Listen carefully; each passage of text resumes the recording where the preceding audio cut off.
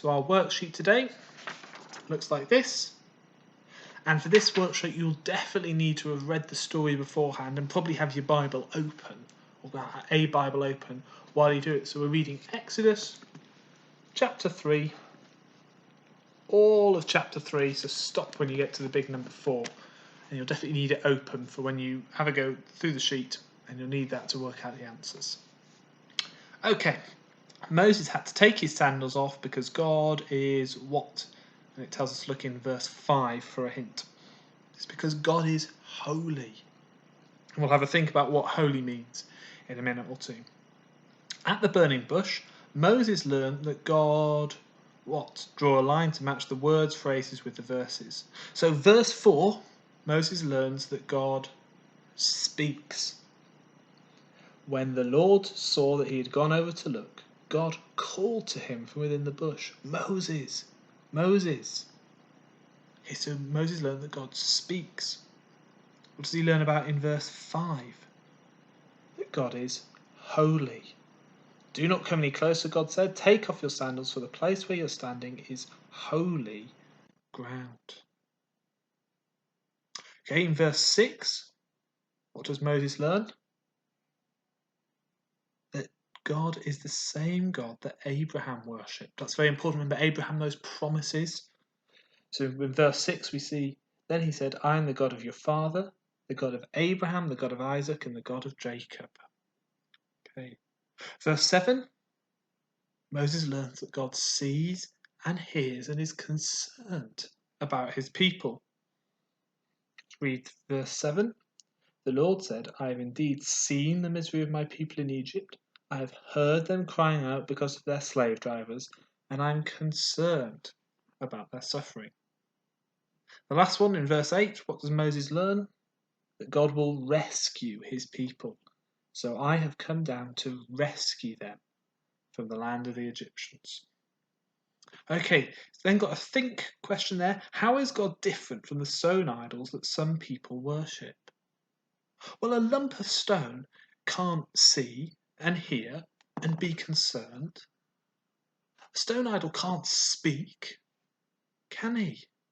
A stone idol or a lump of stone can't rescue anyone.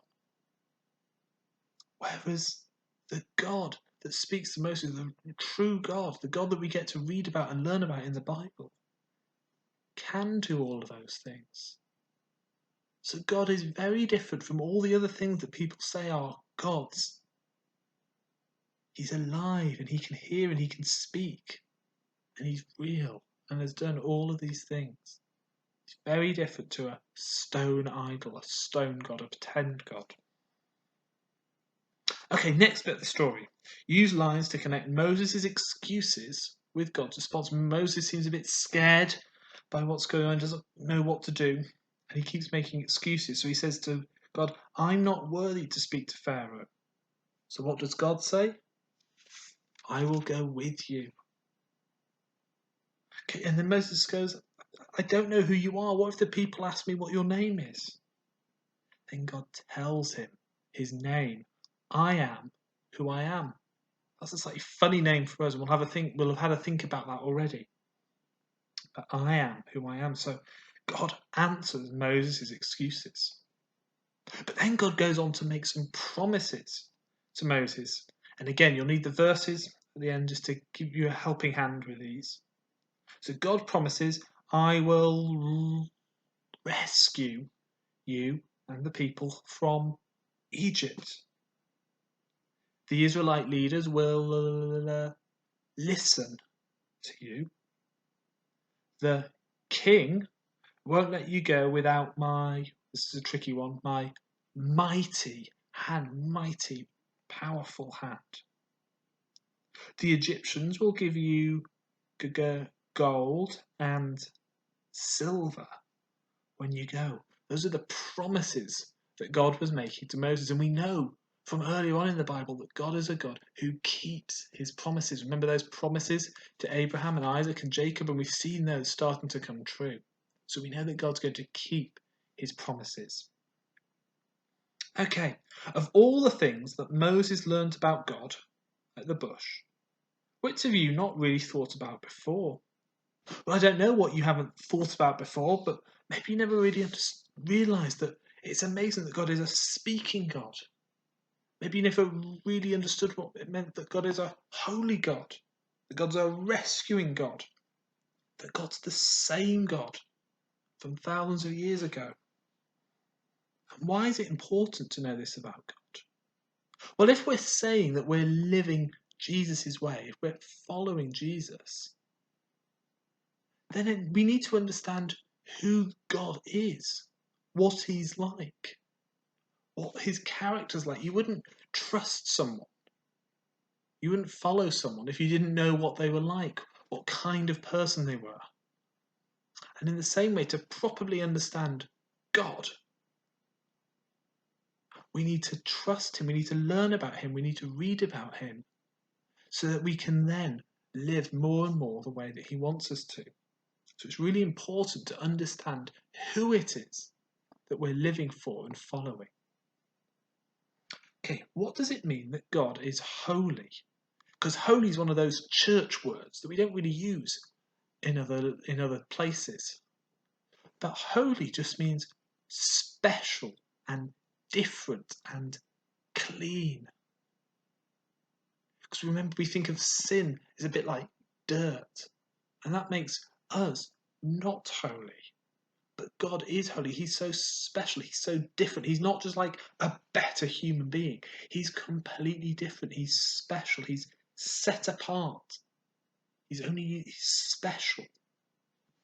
Okay, so that what it means God is holy. It means he's not like us at all. He's very, very different, very special, completely clean, completely without sin. How does knowing this stuff about God change what we think and do and feel? Well, when we understand that God is holy, that he's different to us, then maybe we realize how powerful he is, that makes us feel, oh, we're not that special. Everywhere else, we're being told that I'm really special, I'm really important. But the Bible is showing us that God, he's really special, he's really important. But that we are sinners, that we do things wrong. And so when we see how amazing God is, how big and powerful God is, we realize how small and how sinful and how wrong we are. And once we realize that, then we can go about living more and more God's way when we realize that we're not the most important person. He is. So it changes what we think and we feel and we do. Because it sort of puts us in our place, makes us realize where we really are in the order. We're not up with God. God is there. And we are so far down here. Okay. Why don't we have to take our sandals off and hide our faces when we talk to God?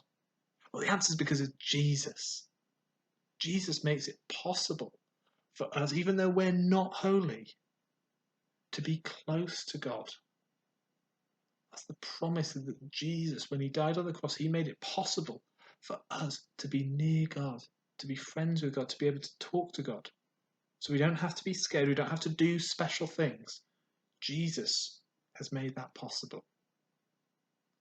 And that's a little bit to help us think about Exodus 3 and what Moses learned about God at the burning bush.